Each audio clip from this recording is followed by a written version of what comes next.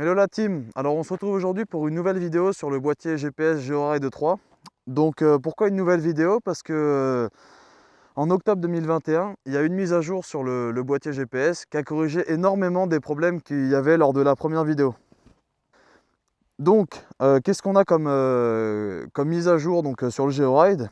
Donc maintenant il n'y a plus besoin de taper dessus comme j'avais dit dans la première vidéo pour l'allumer. Maintenant juste le fait que le boîtier soit alimenté le démarre. Donc c'est très bien pour le placer où on veut sur la moto tant qu'il y a une alimentation. Qu'est-ce qu'il y a eu d'autre? Donc il y a eu une mise à jour par rapport à la calibration. La calibration est plus précise, donc c'est-à-dire que dès qu'il y a une vibration, le GeoRide est beaucoup plus sensible qu'avant. Donc ça permet de capter des trucs beaucoup plus fins et une meilleure gestion des vibrations. Donc il y a eu plein de petites améliorations, donc également avec l'application et le badge. Donc on va essayer ça dans cette vidéo. Donc c'est parti, on se retrouve maintenant pour les tests.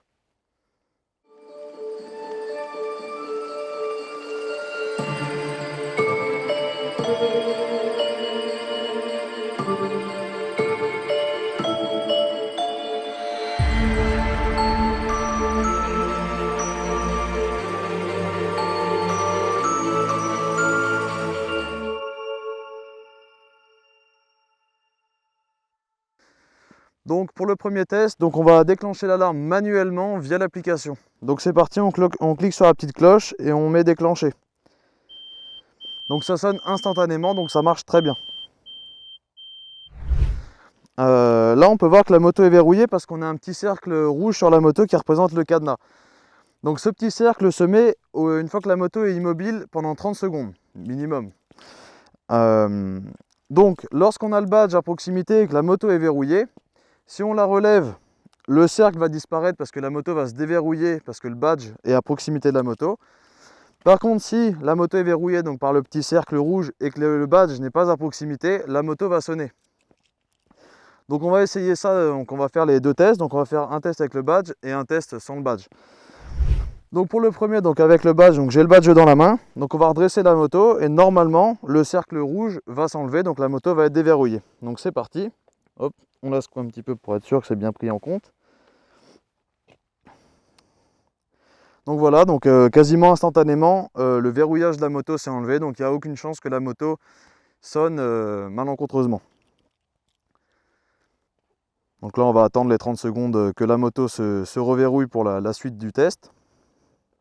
Voilà, donc là à peu près 30 secondes sont passées, donc la moto s'est reverrouillée comme elle a été immobile pendant 30 secondes. Donc maintenant, on va faire exactement le même test qu'avant, mais sans le badge cette fois-ci. Donc pour voir si elle se met bien à sonner. Donc je vais aller poser le badge à une dizaine de mètres et on va refaire la même expérience. Donc on va relever la moto, voir si ça sonne. Donc c'est parti, je vais poser le badge plus loin. Voilà, ici ça sera suffisant.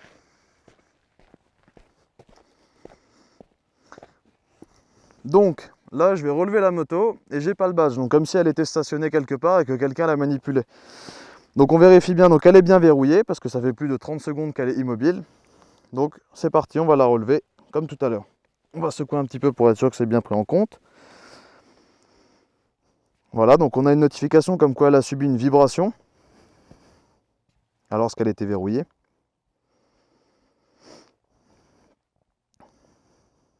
Et là, elle devrait sonner dans quelques secondes.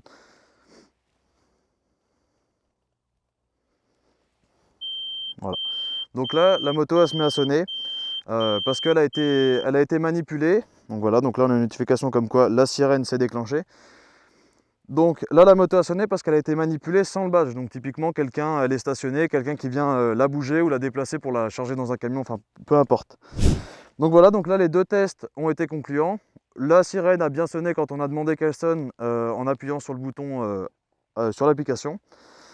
Donc pour moi là ça marche très bien. Donc comme je vous disais au début, les problèmes que j'ai pu rencontrer lors de ma première vidéo ont été grandement corrigés. Après bon, j'ai pas sorti cette vidéo, mais par exemple ici j'avais déjà essayé de faire un test il y a quelques mois, donc en juillet il me semble. J'avais pas réussi parce que la moto, enfin du moins le GeoRide n'arrivait pas à se connecter au réseau. Et là donc depuis les mises à jour, donc on est revenu ici. Et bah visiblement ça fonctionne très bien. Donc il y a réellement eu un travail de fait sur le programme du traceur. Donc un autre petit point intéressant à aborder pour le GeoRide. Donc j'ai un ami qui a fait une chute donc avec son GeoRide, une chute du coup en roulant. Et donc la fonction du GeoRide, donc de chute en roulant, est vraiment efficace. C'est-à-dire que quelques secondes après sa chute, il a eu un appel de GeoRide pour être sûr qu'il allait bien. Donc je trouve cette fonction très intéressante pour les motards qui peuvent rouler seuls par exemple. En cas de sortie de route, ça peut vraiment être bien puisque ça peut prévenir un centre d'appel de secours, donc de GeoRide, donc depuis quelques jours où ça va être une mise à jour qui va vraiment être imminente. Donc ça c'est vraiment bien, c'est vraiment un point de sécurité qui est énorme. Ça peut permettre de rouler seul sans craindre une sortie de route et qu'on nous retrouve plusieurs jours, plusieurs semaines après, comme ça a pu arriver à plusieurs motards malheureusement. Donc voilà, c'était un petit point qui était abordé sur le GeoRide. Donc pour conclure les vidéos du GeoRide, donc pour moi maintenant c'est vraiment un super boîtier. L'équipe GeoRide a pris vraiment toutes les critiques qui ont pu être faites par les utilisateurs pour faire une mise à jour donc en octobre 2021 qui résout énormément de problèmes. Pour ma part, pour ce qui est du fait qu'elle se déconnecte régulièrement dans mon garage, au moins le GeoRide a je sais pas comment dire, la sincérité de dire voilà, je ne suis pas connecté au réseau, contrairement à d'autres boîtiers GPS qui eux ne diraient rien et qui se connecteraient, déconnecteraient, se déconnecteraient, connecteraient sans rien dire. Là au moins on est au courant de ce qui se passe. Donc sachant que si jamais la moto est sortie de mon garage pour X raison, je serai informé étant donné que je capte mieux directement à la sortie du garage. Donc voilà, donc pour moi le traceur GPS GeoRide 3, très très bon traceur. Bien sûr à ne pas oublier de mettre son Eman et vraiment en plus un bloc disque. Alors si c'est avec une alarme à l'intérieur, c'est encore mieux. Donc voilà, donc pour moi, oui, c'est un élément de sécurité additionné avec un moyen de protection physique. Donc voilà la team, donc on se retrouve dans une prochaine vidéo et ciao!